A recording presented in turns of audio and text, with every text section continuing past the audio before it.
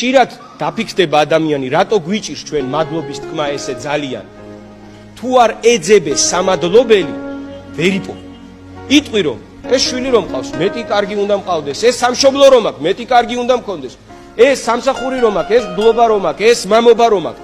რატო რა, მე ცუდი ვარ, მეტი უნდა მქონდეს.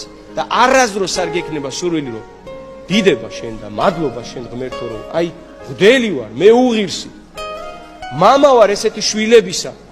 ასეთ სამსახურში ვმუშაობ და რამდენი რამ თუ გინდ გათენებული დღე, თუ გინდ საჭმელი, თუ გინდ ჯანმრთელობა, თუ გინდ შვიდობა, რაზეც სასაცილოდ ვიგდებთ ხოლმე მშვიდობას და როგორ დაგვანახა ღმერთმა, რომ როგორი მნიშვნელოვანია მშვიდობა.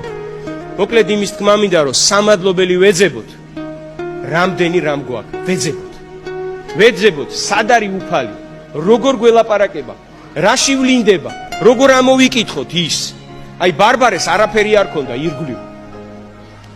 ჩვენსავით წიგნი, ტაძარი, მღვდელი, ქადაგება, ინტერნეტი, ყველაფერი მას არავინ არაფერს არ ეუბნეოდა, მაგრამ ამოიკითხა მაინც ღმერთი, მიუხედავად იმ ჩაკეტილი კოშკისა, რომელშიც მამამ ჩაკეტა. და მან გაარღვია ეს კოშკი, როგორ და იმ კოშკში ზე შემოდიოდა.